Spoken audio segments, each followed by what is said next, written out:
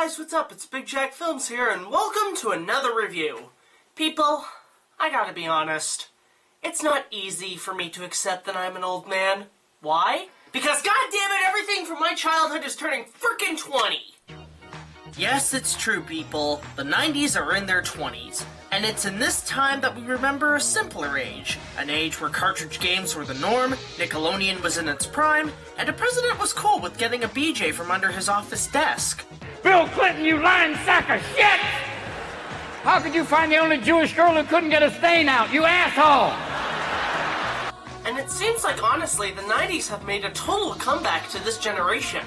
TV shows and movies and the entertainment from that decade are now in the popularity again, and everyone seems to be celebrating it. I think it's due to the fact that it was the most peaceful time in the world, where politics were not all over the media, the internet was in its infancy, and we were living a life of entertainment, commercialism, and for the most part, having fun. It's probably the greatest taste of nostalgia we ever had. But here's a big question. What were the films that defined the 90s? There are several films that showcased and summed up the 90s lifestyle with its filmmaking at the time, but more importantly, in the product placement. You look at stuff in the background and what people talk about and you think, oh yeah, that was the 90s, those were the days. But if there's one film that injects us with a needle of the 90s nostalgic lifestyle, it's the film that we're taking a look at today. And how appropriate, because this year is the film's 20th anniversary. What is this particular film? None other than the most unusual of crossovers and of marketing, Space Jam.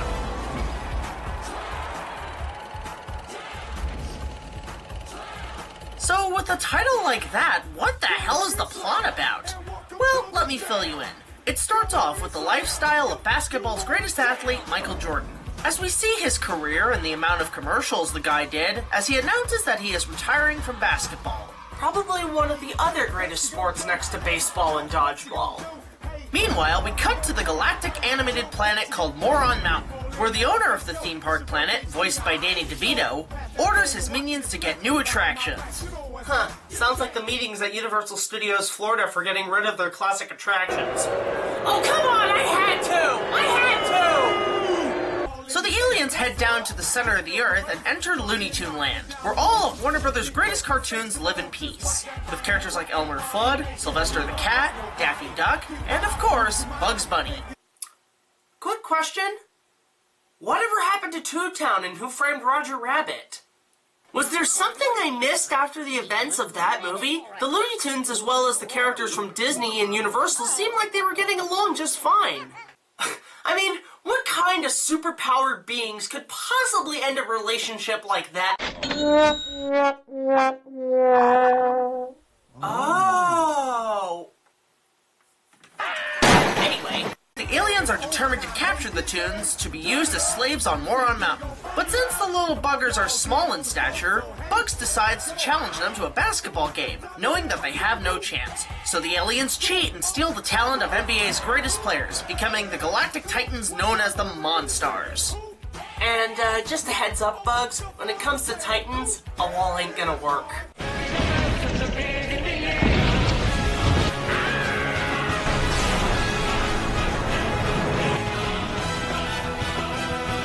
So the Looney Tunes decide that they need some help from the real world. So they bring Michael Jordan in to aid them in the ultimate game. Working together with Bugs, Daffy, and several other animated characters, Michael must win the game and save the Tunes from a life of total misery. So, does this LSD-induced idea still hold up after 20 years? Well, to put it in the words of Team America, fuck yeah! Not only is this film still great fun, but it's a fantastic trip to the memories of what the 90s were like in terms of marketing and entertainment. It's a film that I believe defined a generation of not only Looney Tunes fans, but a lot of re-interest in sports. Believe me, I was there. In fact, this was one of my earliest cinema experiences. And after this film came out, and even on home video, everyone and myself got into basketball. Yeah, a film geek like myself wanted to play some sports after viewing this. And as a film, it's so pretty damn good, with its colorful tone, memorable moments, and reviving the Looney Tunes to a new generation. But let's take a look at the characters. First, let's talk about Michael Jordan. While he's more of an athlete and this being his first and only film role, he's surprisingly really good in this, and is really believable. You can actually take the guy seriously in something this ridiculous, and you want to root for him in the Tunes to win the game. And when he's playing, he's quite genuine. I mean, the guy had to play a choreographed game on nothing but green screen. Given something like the Star Wars prequels, where it's nothing but green screen sets and the actors have nothing to act to, this guy gave it his all, and it really shows some great talent in physical acting. And I think even acting in general, he's got some great potential. Stan, played by Wayne Knight, is also great in the film. I mean, it's Wayne Knight being Wayne Knight. He's hilarious in everything. I hope he comes back into more movies in the future. And then we have our villains. Danny Devito played a great job voicing his character, and there is some very funny bits with him, but also a slimy menace at the same time. Then, of course, there's the Monstars. While I can't remember for the life of me what their names are, they were all really good designs, each with their own personalities and color tone, and were really cool rivals for the Toon Squad. Speaking of which, let's talk about the highlights of the film, the Looney Tunes.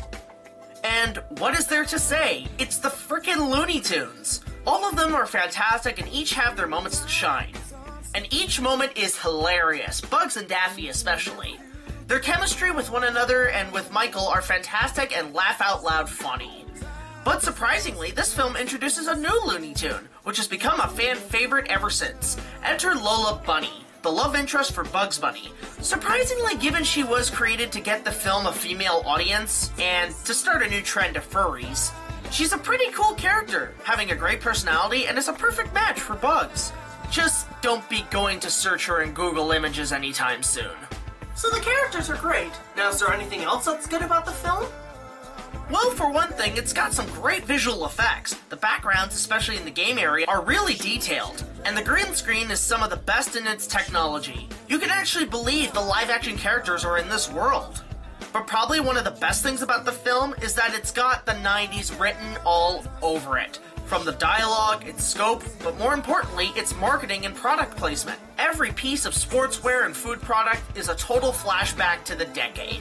In fact, the film was pretty much made as a feature-length commercial. Unlike Batman and Robin, where it was all about marketing and failed miserably, the marketing for this film works great. In fact, it gave birth to even more commercials, most of which were all from McDonald's. They seemed to advertise this movie for almost a year, with several promotional items. I swear, there were like 2 or 3 Happy Meal campaigns for this movie. In fact, does anybody else want to see the McJordan back on the menu? I mean, come on. How much would it cost to get a bottle of unused McJordan's... Oh. But probably one of the best marketed items from the film is the soundtrack. The amount of artists put into the film's music is really great, and a lot of tracks have had great success because of the album. Also, the album makes for a great workout playlist if you're playing some sports in the gym. But honestly, if you want an album that will give you a special trip to the 90s, give it a listen. So there are some great pros to the film. Now, are there any cons? Well, if I had to nitpick a minor bit of issues here and there, is that while the majority of the jokes are still pretty funny, some can be a little cringeworthy and don't really work. And while the NBA players' talents were stolen, I don't think the film needed to focus so much on the plot with their recovery and rehabilitation. It seems the film went from Looney Tunes to a mediocre 90s sitcom. But these nitpicks don't affect the film in any way from my perspective. Space Jam overall is still a fantastic time capsule from the 90s and holds a special place in my childhood. While it's not one of the greatest films ever made, not by far, it's still an entertaining, fun movie for the whole family and is possibly one of the best marketed films of the 90s. With its colorful characters and nostalgic feeling, it's definitely a film to check out if you want to see the 90s in a simpler time. And who knows, maybe you'll want to go back and play some drills with the basketball sitting on your garage shelf. I'd give this film an 8 out of 10, a great piece of childhood nostalgia.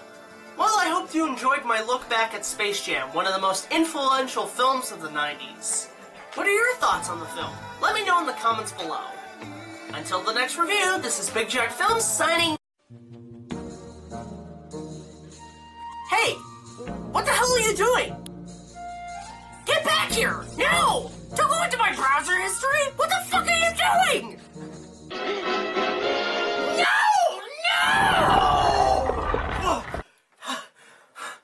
Alright, that does it! Enough is enough! This is the final! This is the very, very last straw! Who is responsible for this? I demand